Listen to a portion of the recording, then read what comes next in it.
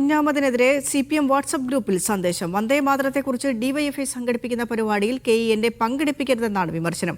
ഇയാളൊക്കെ തിരിഞ്ഞുകൊത്തുമെന്നാണ് സന്ദേശത്തിലുള്ളത്. CPMലെ പ്രധാന നേതാക്കളടങ്ങിയ വാട്സ്ആപ്പ് ഗ്രൂപ്പിലാണ് സന്ദേശം വന്നതെന്നാണ് സൂചന. മെസ്സേജിന്റെ സ്ക്രീൻഷോട്ട് ഫേസ്ബുക്കിലിട്ട് അതൃപ്തി പരസ്യമാക്കി KEN രംഗത്തെത്തി. മുഹമ്മദ് അസ്ലമുണ്ട് കോഴിക്കോട് നിന്ന് വിശദാംശങ്ങളുമായി. അസ്ലം പറയൂ.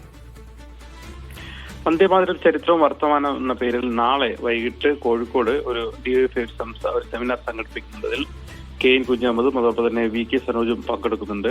അതിന്റെ പോസ്റ്റർ ഷെയർ ചെയ്തുകൊണ്ടാണ് ഒരു വാട്സ്ആപ്പ് ഗ്രൂപ്പിൽ CPMന്റെ പ്രധാനപ്പെട്ട നേതാക്കളൊക്കെ ഉള്ളൊരു വാട്സ്ആപ്പ് ഗ്രൂപ്പിൽ ഒരു സന്ദേശം വരുന്നത്. KN എന്തിനാണ് നമ്മൾ ഇത്രയും സ്പേസ് കൊടുക്കുന്നത്, നമ്മുടെ സഖാക്കൾ ഇല്ലാഞ്ഞിട്ടാണോ, ഇയാളൊക്കെ തിരിഞ്ഞു കൊത്തുമെന്ന രീതിയിലുള്ള വളരെ പ്രകോപനപരമായ ഒരു പോസ്റ്റ് വന്നു.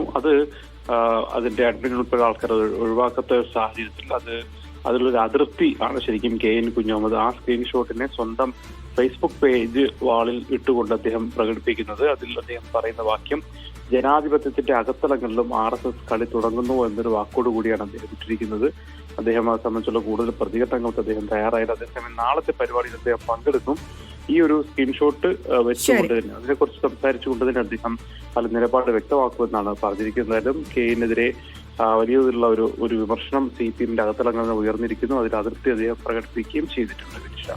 ശരി അസ്ലം.